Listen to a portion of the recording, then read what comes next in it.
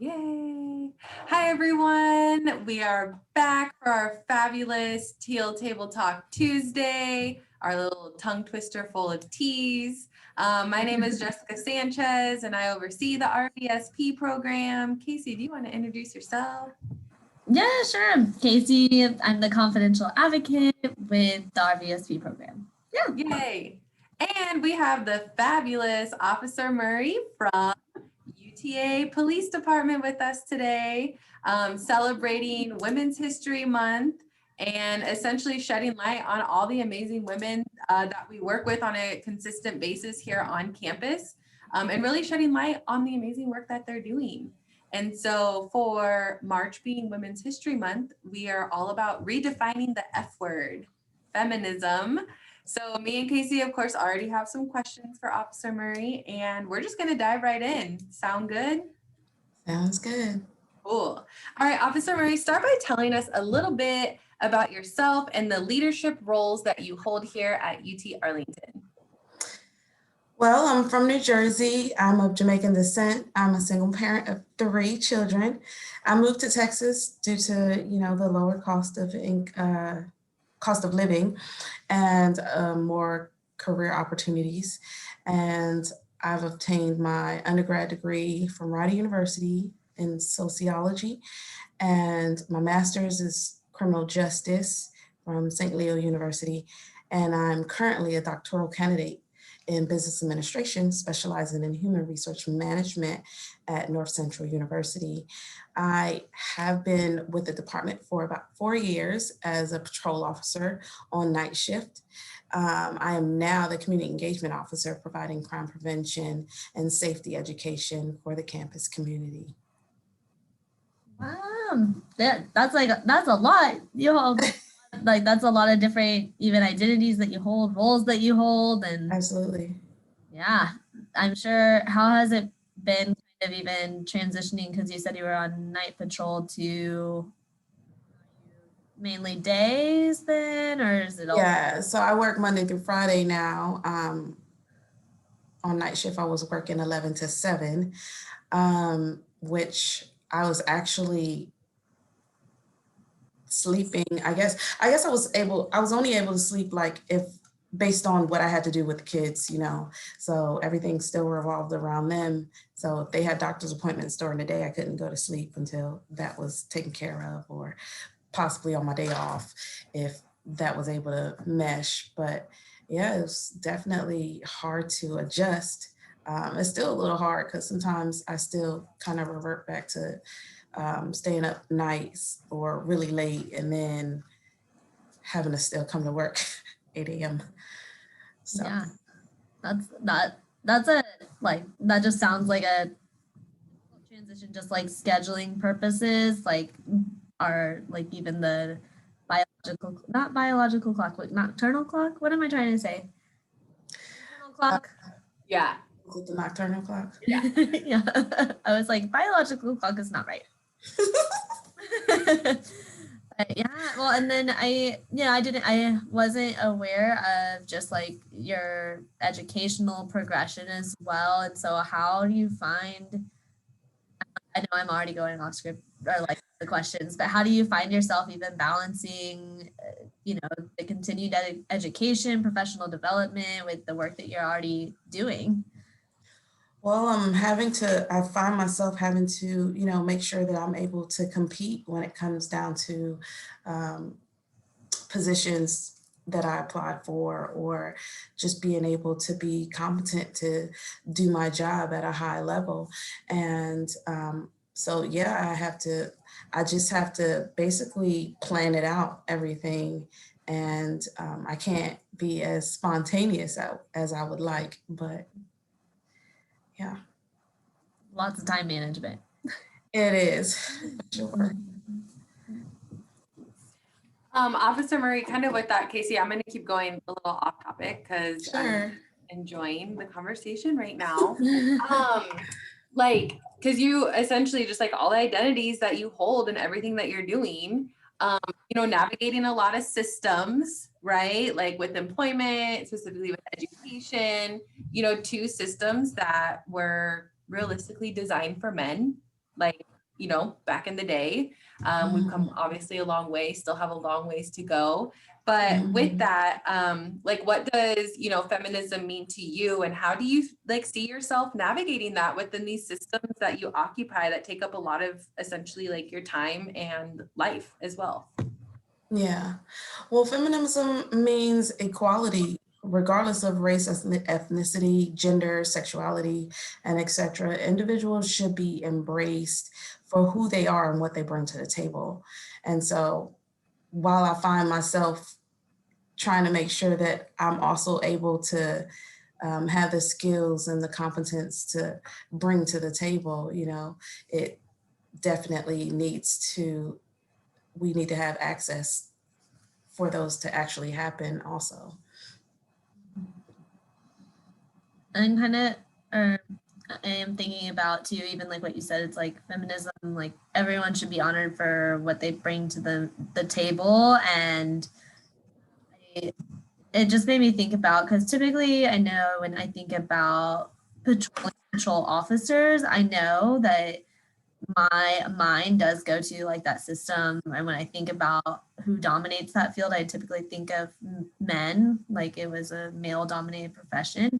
How is it for you just kind of, navigating, bringing all of the accomplishments, everything that you've already done? Like, how is it for you bringing that to the table? And do you find that it still feels like a male dominated profession, or do you shift, or, what's kind of been your experience there? It most definitely is still a male dominant profession.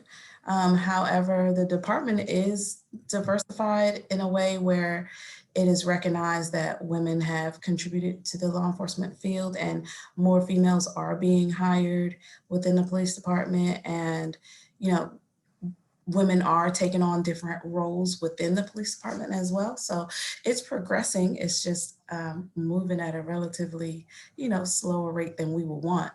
Of course, it's not speedy fast, but it's happening.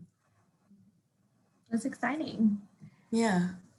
For sure. With that, do you feel like there's certain obstacles like you've had to overcome, or just challenges that you face because of your gender as a woman working in still a pretty male dominant field?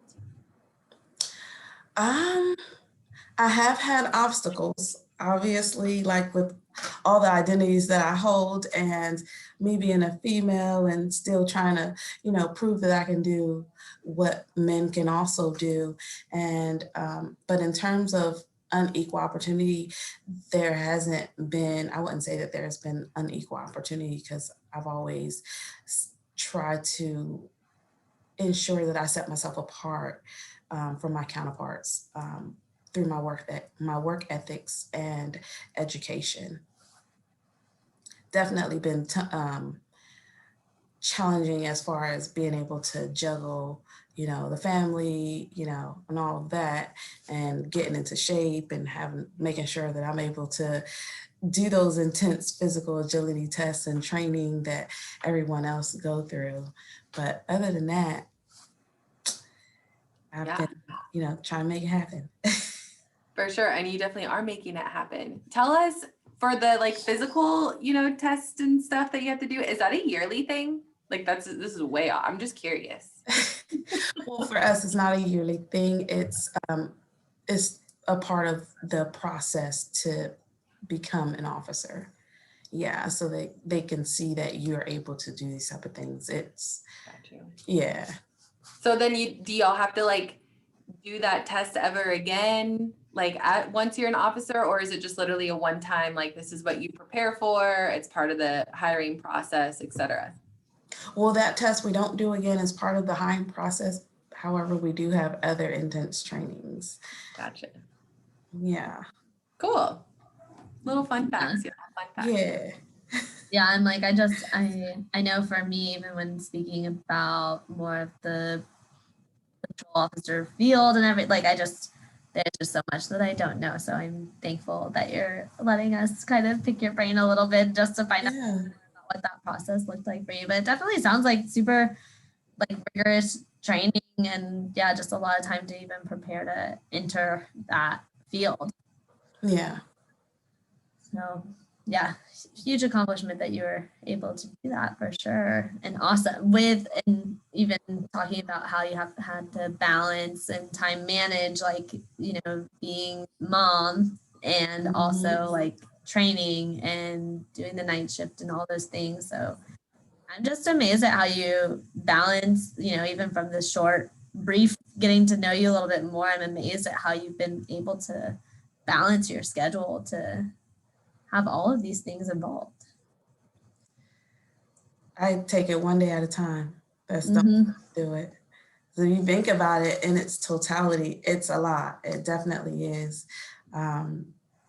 Especially, what I do with the job is definitely a lot, coupled with me having my family and everything like that, and going to school. And, I've, also started a business also. So, Dang. yeah. Wait. Like a different business? I did start a business. It's Implicit Bias Training. It's called Beyond the Blue Implicit Bias Training. Yeah, so it's an online course. That's awesome. That's Yeah, so it's just cool. like also entrepreneur. Boom. Right. Like Add it to the resume. Yeah, that's amazing. What kind of made you want to start a business there? I mean, and what kind of, was there anything in particular that segued you into that as well, or just obviously training about implicit bias is so important? Well, training in implicit bias is important. However, I feel like, it's necessary in every industry. And I think that, all the incidents with law enforcement that has occurred, and me being in the middle, being Black and being blue, I'm like, there has to be some type of understanding. Like, so that's where I felt like it's important that implicit bias is learned and we start to do it more. Our department does do implicit bias training. However, not everybody incorporate that into their trainings. And Officer Murray, with that, I mean, you had said like you're a mom of 3. How do you like navigate those conversations knowing that children are growing up, social media is everywhere, like at their literally fingertips. And I'm sure you know this. And even, despite COVID and the challenges that we've had, with the classrooms being virtual, like they're still connected to what's happening. So what did those conversations or how are those conversations shaped between Well, you? we try to definitely talk about the situations and try to, sometimes I have to, in certain situations, you kind of have to talk to them and allow them to see what the perspective looks like if I were one of the officers. And they're like, sometimes they feel like it's too dangerous for mom. But they look up to me as well. So I kind of try to let the conversation be, how about we listen and then possibly ask questions if you're not understanding of something, but don't just not listen to an officer, because it could be very dangerous, and try to work on like de-escalation skills as far as not letting things get out of hand, So while we have those same talks with officers, we should still have it among ourselves also.